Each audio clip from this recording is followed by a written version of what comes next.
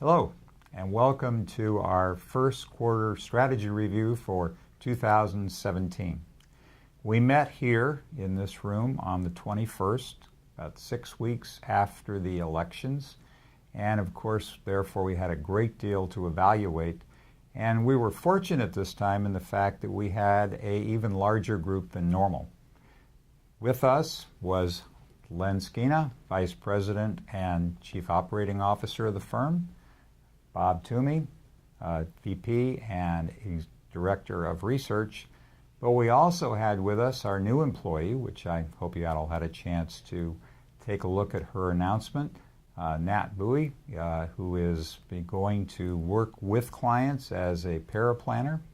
And in addition, we had Scott Schill, who is the Corporate Counsel, and rounded out by Andy Luckel, who is a local investment manager. In any case, we were all here, therefore we got some really good input, and I think everybody at the meeting agreed that it was a very good meeting, and of course we want to share those results with you. To start with, I'd like to turn it over to Bob. Bob is going to be talking about probably the biggest thing that was covered, which is the U.S. economy, Fed action, and the equity market. So Bob, up to you. Great. Thanks a lot, Stan.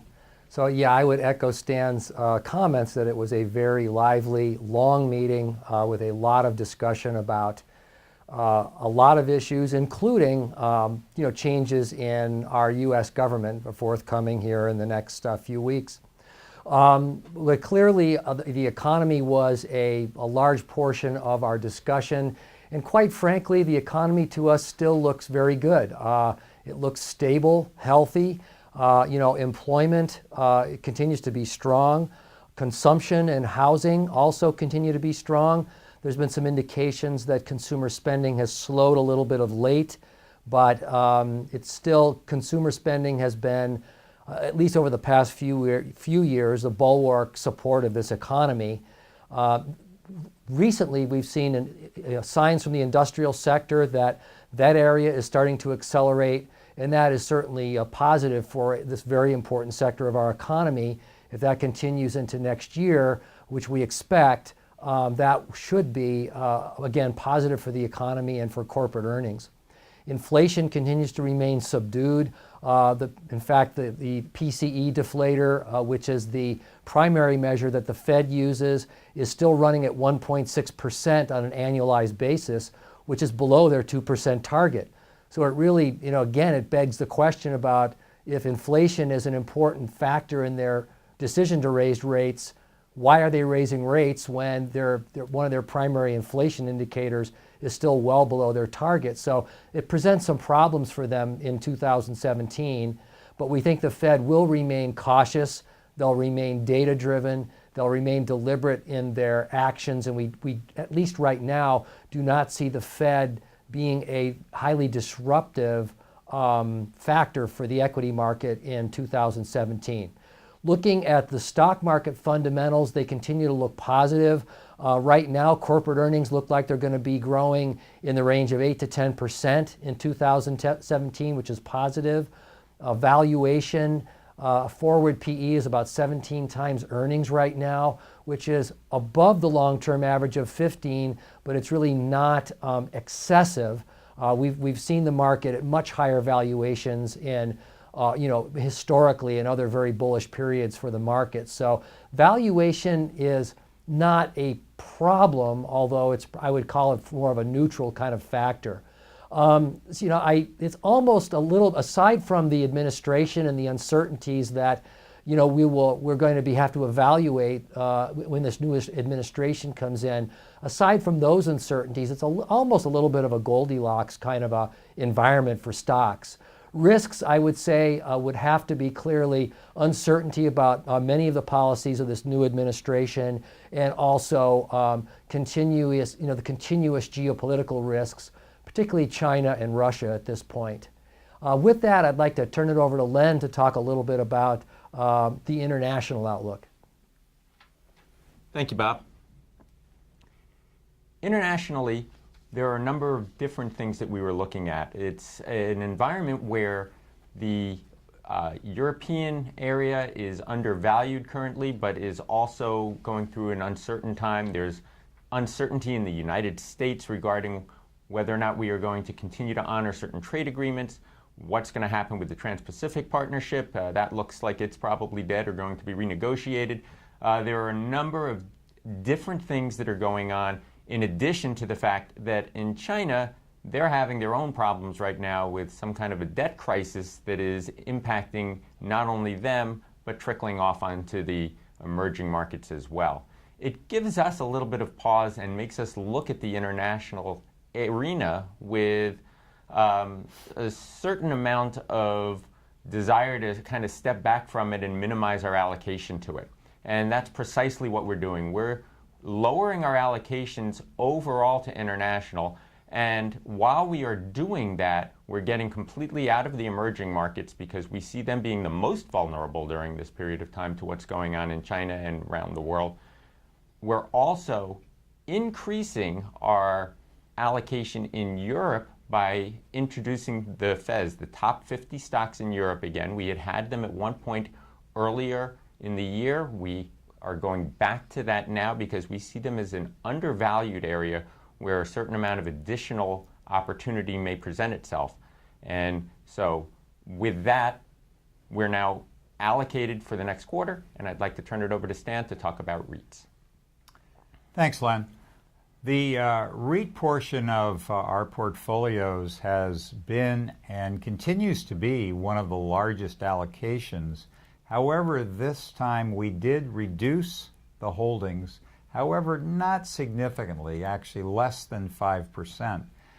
The reason we reduced is we thought that REITs were getting to be more fully valued. On the other hand, we still saw them as having a very good dividend return. So that fits into our strategy of continued to bringing and adding to income in the portfolio wherever possible. So again, a little reduction, nothing terribly serious. But you might see a small reduction when you look at your statements, your upcoming statements. So with that, I'd like to turn it back to Len again to talk about fixed income, which of course is still a very important part of everyone's portfolios. Thank you, Stan. The fixed income area, as Bob alluded to, saw its first interest rate rise in a while. It's actually the second rise in 8 years that the Fed has put through. And normally that would be headline news. But far from being front page news, it was almost met with indifference by the markets. It was already priced in. The markets fully anticipated that this was going to be happening. And this all goes along with the fact that interest rates have actually risen since the election in the U.S. In the beginning of November. We have seen an upturn in interest rates since that time, and the Fed will continue, we believe, to raise rates, but they're going to do it in a very deliberate way. They're going to be looking at the data. They're going to be somewhat cautious rather than overly aggressive in doing so. They've announced that they want to have 3 rate hikes in 2017. We're a little skeptical even of that. We think it may only be 2. But we recognize that interest rates from this point on are probably going to be going up. It's just a question of how quickly, and we believe that it's going to be a relatively slow and continuous kind of rise from here. So with that, we actually have allocated our fixed income portfolio to be on the shorter duration. We are de-emphasizing the longer term, emphasizing the shorter term, because as we see the yield curve flattening, we want to take advantage of the fact that similar yields will be available on shorter durations, and we'll be able to turn them over more quickly and be able to take advantage of those rising rates as they occur. With that, I'd like to turn it back over to Bob for some discussion about changes in our model. Thanks a lot, Len. Well, you heard Len give us a good overview on the changes in the fixed income area, and I'd like to talk about a couple of the other sectors where I think there were some significant changes. Overall, we reduced our equity exposure very slightly. That was really a function of the way we decided to allocate some of the positions within the portfolio. On average, your exposure in equities will be down roughly in the range of 1 to 2%. So not significant, but hopefully if we do see some increased volatility in the new year, it's probably a benefit to have slightly lower equity exposure. Within mature equities, we did eliminate our position in consumer staples. The reason why we did that was because we had purchased that sector as a way of reducing equity volatility. We do not feel that that is really needed at this point any longer, because we're going to be doing other things in the portfolio to mitigate volatility, particularly overweighting the value area. Within mature equity, we raised our exposure to value stocks because they do offer higher income, and they, in general, are going to be slightly lower overall volatility if we see some volatility in the new year. We retained the position in biotechnology as a long-term growth opportunity. We still see that sector as having underperformed for some time, and with still continued very good long-term growth prospects.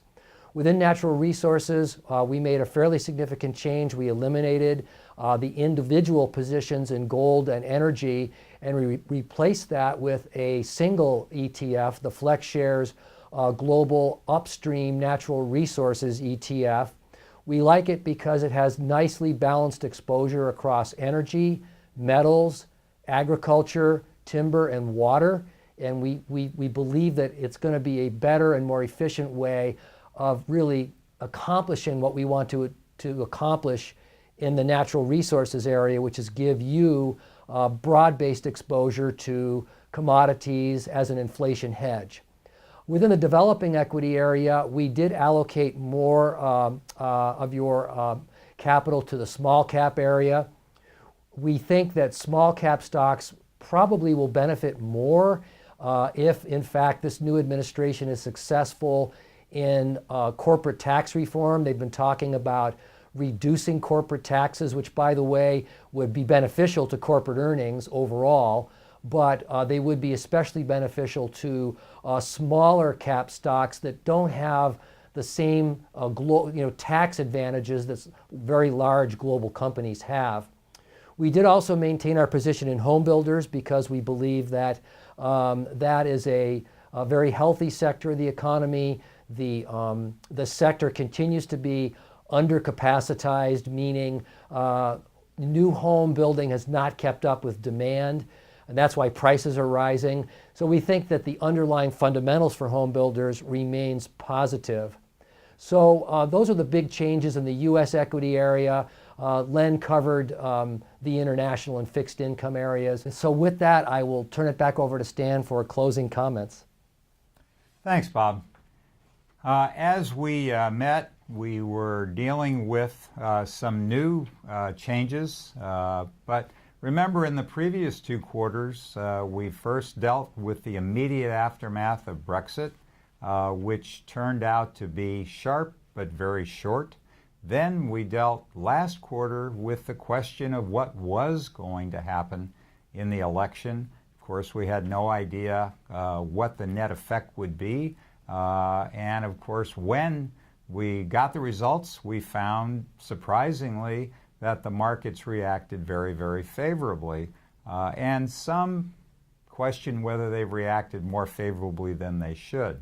So going into this session, I think you can see that we have some concerns, but we also are interested in benefiting from those changes, especially to the economy, spending, taxes, etc., in the changes that we've made this quarter.